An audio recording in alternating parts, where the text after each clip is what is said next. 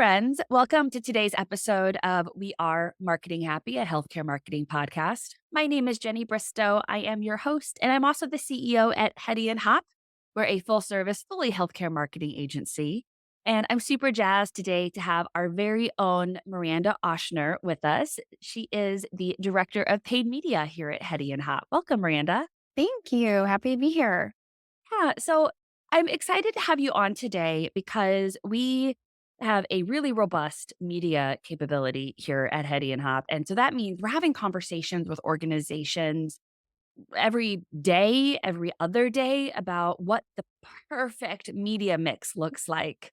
Right. And sometimes we talk with folks who have smaller budgets, say under $10,000 a month to spend. And some of our clients have over $1 million a month to spend. And so our recommendations vary wildly based Yeah. off of the budget size as well as some other considerations. So I first want to set a disclaimer that for anyone listening, this is not a roadmap of what your individual media plan should look like, right? Like, do not copy paste the things we're talking about. Today, I just really wanted to talk about some different considerations and the decision matrix we use whenever we're putting together different channels. So, Miranda, I'd love it if you could start by just giving us an understanding of first, budget size, right? If somebody has a smaller budget versus a super large budget, how does that change your approach to determining the media mix? Yeah, great question. So, I mean, budget's really going to drive from a channel recommendation, what we're pushing forward with, right? If it's a 10K a month budget versus $1 million, that's going to vary what that recommendation looks like. We're not going to want to stretch $10,000 a month over five different channels and three different tactics in each one because you really want to invest in those channels that are going to work best. But if you're looking at $1 million a month spend, you're going to be looking at a lot of different channels, but it's also going to come down to what the core goals are. Is a goal awareness, or is it going to be a deep funnel conversion that we're looking at? And that's really where we start to make those recommendations. That's a great point.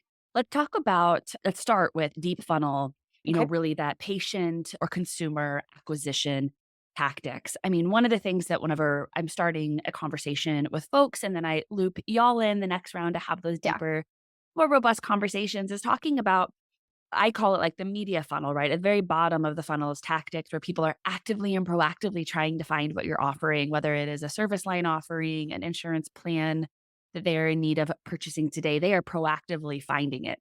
So, what are some of the things that you start with whenever we're more at that lower in the funnel where people are proactively researching solutions? Yeah, that's a great question. So, before we make any kind of channel recommendation, we're always wanting to look at what that research is, whether it's the patient side or the HCP side. We really want to look at it from a media consumption standpoint, but then we're also looking at it from a social listening standpoint, as well as, doing our keyword research, like what are folks searching? Are there discrepancies between this county versus that county? And really truly understanding the differences between all of the different channels of where they're really spending their time, so we can pinpoint what keywords do we want to bid on, put a little bit more behind when we bid, or what's an area we really probably should avoid from paid search that we're not seeing. So, seeing any traction from. So really understanding the nuances from the research standpoint are going to fuel that recommendation. If we're deep funnel, they are actively looking, I mean, we're always going to be looking at it from a paid search component. And again, budget's going to come down to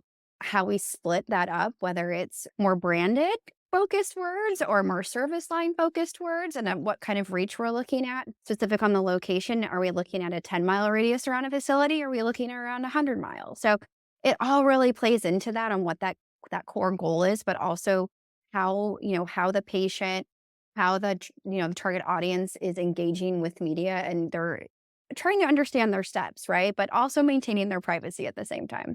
Yeah, great point. Great point. So I have conversations often with folks who have really relied primarily on digital and they're wanting to kind of dip their toe into the more traditional, like radio, billboards, et cetera.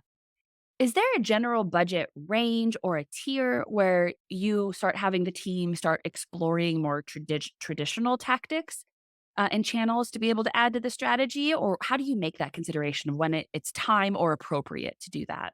Yeah, that's a tricky question, Jenny. Traditional is very expensive, as we know, especially right now. It's political season, and we are seeing traditional costs think they're about 45 to 50% higher than they normally are, which is just crazy. It's crazy.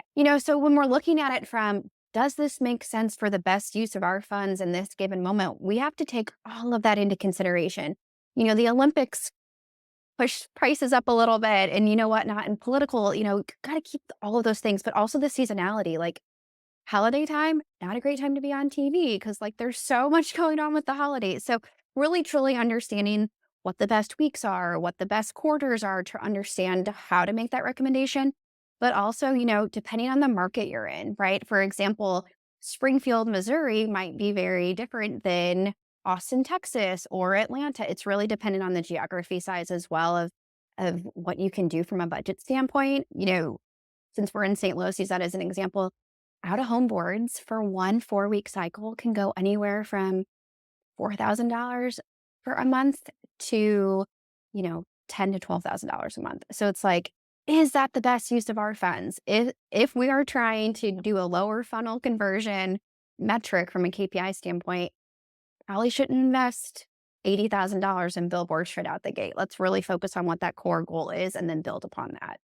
Absolutely. And an interesting thing that we've seen over like the last 5-ish years or so is that kind of in between, right? With like connected TV and then Yep. digital radio, where they're kind of tiptoeing into that traditional space, but it's still managed digitally. In some ways, you have Yes. more flexibility with budget. So, Yes. how do you take that into consideration? Is that market based? Is that demographic based? How is that incorporated? It's all of the above. We really, when you're looking at it from a digital standpoint, we still have the luxury of looking at it, from a traditional viewpoint of, okay, we can understand what these kind of come back as from like a ratings, and then we can compare it to, what we're looking at it from a traditional. But then we look at it from a CPM standpoint versus how we're looking at TV, which is a cost per point standpoint. So really trying to understand those nuances. At the end of the day, if the goal is just mass awareness, we're going to focus on in a very efficient CPM. So that's really how we want to buy any kind of digital component.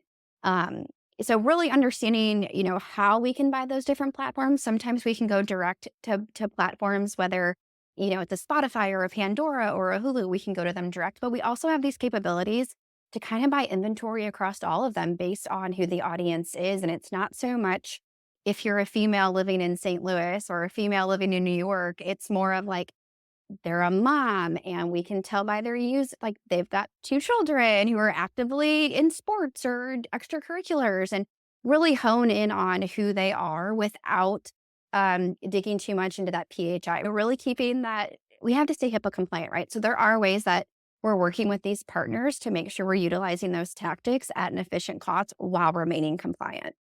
Yep, And then we're on the absolutely. channels and then we're on the channels that they're on and not where we think they're at, right? Like 10, 15, 20 years ago, it was like, we have to be on this station or on, in this print publication or this billboard, because that's everyone drives by that. And it's like, that's great. Now we can track all this stuff. And it's more about where the person actually is, not where we think they are. Yeah, I love that. I think all of us healthcare marketers kind of collectively mourned the fact that retargeting is really taken away from us as a Yes. target, and we're still Yes. mourning it, right? But Yes. I think you bring up a great point that you still can do a lot of smart demographic and sociographic targeting within these platforms based off the data that they have. So it's not your data, it's the data that they have. And Correct. even in platform retargeting is still allowed. So for example, if somebody interacts with your ad on Facebook, you can still retarget them on Facebook within the Facebook ecosystem. Right. So you're not Right. incorporating your own site or your own data. So again, like a smart media team can create a platform strategy that does incorporate that Right. in a compliant fashion. Yes, 100%. You have to be strategic. The digital space is changing every day. I think I just saw like 2 new updates from Google and I'm like, oh gosh.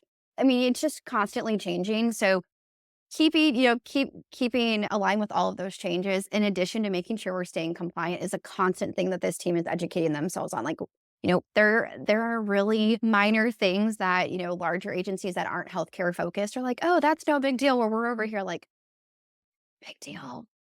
It's a big deal. Exactly. Yep. Yep. Exactly. Yep. Sometimes it's like, oh my gosh, a big enough deal that we can't use this partner anymore, right? We have to like Exactly. totally shift because what they're Exactly. doing, could get our client into legal trouble. And so definitely having healthcare expertise and understanding all Yeah. the privacy stuff is really important. Yeah. Yeah.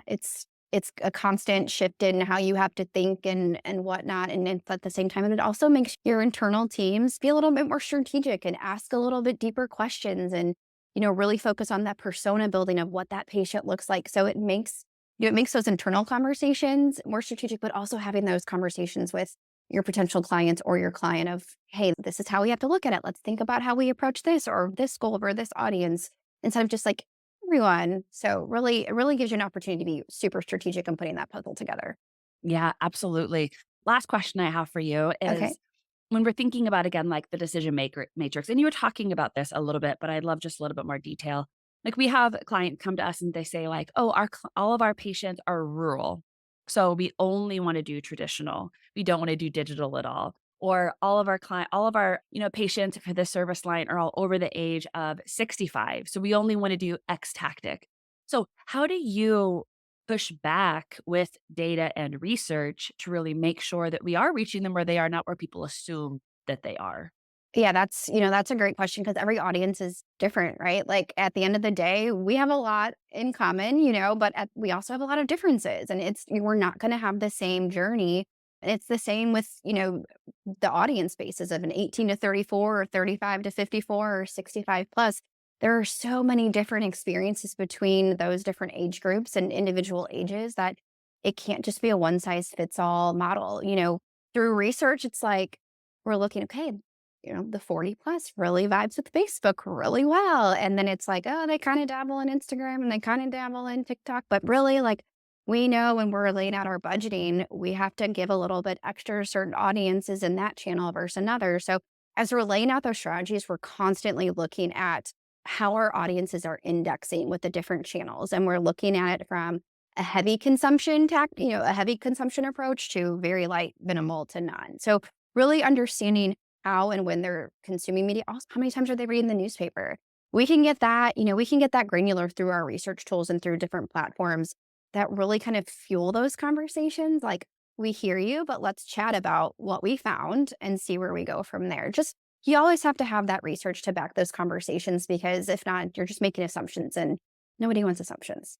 Exactly. Exactly. Well, thank you so much, Miranda. This Yeah, was thank really you. helpful and insightful. And I hope for all of our listeners, if you're in the middle of media planning, or if you're really making considerations about perhaps shaking your world upside down and revisiting the way that you're structured, give us a shout. We'd love to have a conversation with you. Happy to hop on a complimentary hour-long call and just share some thoughts and insights around what we're seeing working right now, both in the provider and payer space, regardless of your budget size. You can shoot me an email, jenny@hedyandhop.com. And again, thank you so much for tuning into this week's episode. Please like and subscribe, and we will see you on a future episode of We Are Marketing Happy. Have a great day, friends.